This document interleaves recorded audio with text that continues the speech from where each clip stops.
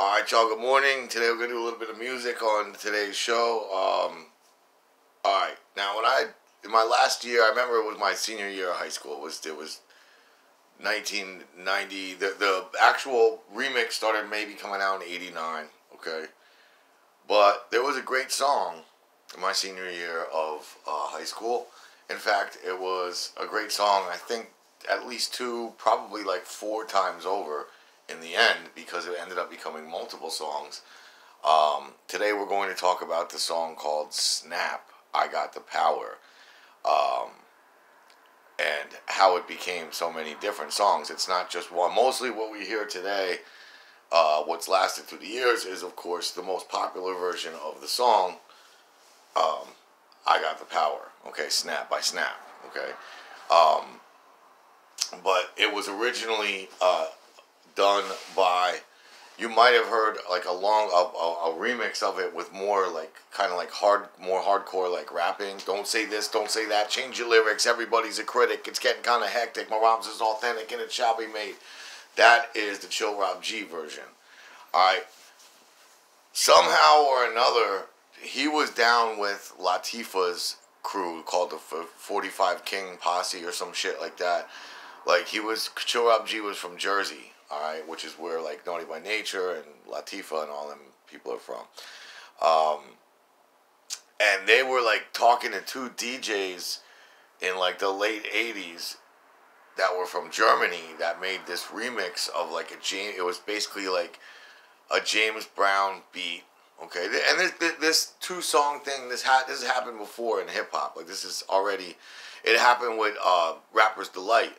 And, you know, basically a real rapper comes out with an idea and it gets snatched up by record executives, and then you have two songs. So, Chill Robb G was like, he was messing around with a song. The 45 King made a production of a song, and it's a beat that I sampled unknowingly of the same sample, a song called Voices in My Head by The Police, and which I think is a dope idea for, and it's never really, that sample has never been used. I used it for something that Brett was talking over once, but the 45 King slowed it up or speeded it up or something and made it into a dance beat, and Chill Robb G didn't want to do it, but like he laid the lyrics to what he has for I Got the Power over it. And somehow these DJs in Germany liked it, and they took the acapella versions and they put it over the beat they made, which is the beat that we know of for Snap. It has a James Brown. There's like three components of it. There's a James Brown beat. There's a keyboard hook that they made, which is fucking two notes. It's easy as shit. And then there's some woman from the 80s, somebody, Jacqueline Brown or some shit like that, some like R&B singer doing an acapella. That's a part. He can break my heart, he can break my heart apart, he can break my heart, he's got the power. So really, Snap is like multiple songs. It's like a love song in itself, you know. It's a girl singing about a guy breaking her heart. Then we all know the Snap version, which has nothing to do with those lyrics at all, and neither does the Chill Robb G version. I mean, that's just how it was back. I mean, it takes two to make a thing go right. Got nothing to do with fucking what Rob Bass was saying either. But you know, that's just what people did back then. They just took a hook and a sample and a beat and went with it.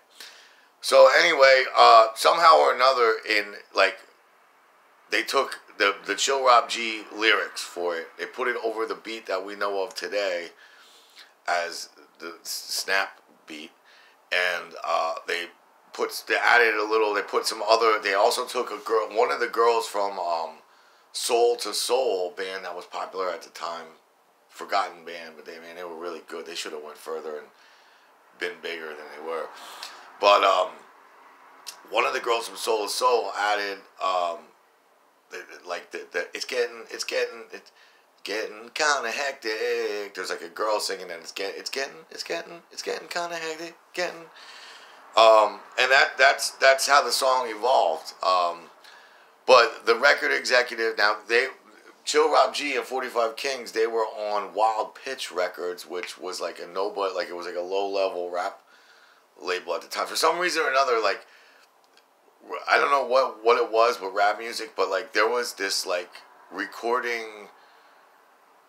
There was like a Jim Crow section of the recording industry during like the great years of rap, where like real rappers weren't allowed on the regular label. They had to be on like a subsidiary of it. Like you couldn't be on Jive, RCA, or you couldn't be on RCA Records. You had to be on Jive RCA Records. Like somehow, like every record label was coming out with this garage version of their rapping, and somehow Wild Pitch was, I think, A&M Records' version of that. And they didn't want anything to do with Chill Rob G. And it got picked up by a bigger record company in Germany, by the DJs who were the German DJs who were making this beat. And they picked it up and they assembled a band. They put that guy who sings Snap. He was like his name is Turbo B. He's like a guy from like Boston or something like that. That they just quickly threw together whatever they could over this hype beat and quickly make it dance, because the beat was just hot. It was hot at that moment. It was hot in clubs. It was everywhere. You couldn't escape it in the 1990s. And anyway, the studio version, the assembled version, the studio quickly put together, is the version that went popular, went big. You now hardly ever hear the Chill Rob G version. You have to be in like a special kind of club to hear that. But I recommend it because the rapping is better. It's much more attuned to rapping of that era, very more like Afrocentric, and he sounds like Public Enemy type shit, which is what the hallmark of that era. Definitely the rapping during that time was very, I'm intelligent, I'm Afrocentric, I'm a rapper. So anyway, that is the story of the two songs. I Got the Power. I didn't do that any justice, but I was just thinking about it today, and I was wondering about it, and I thought you were wondering about it too. A lot of you are from my era and from my age group, so you probably remember it. Have a great day. My name is ROMANTZ. Peace.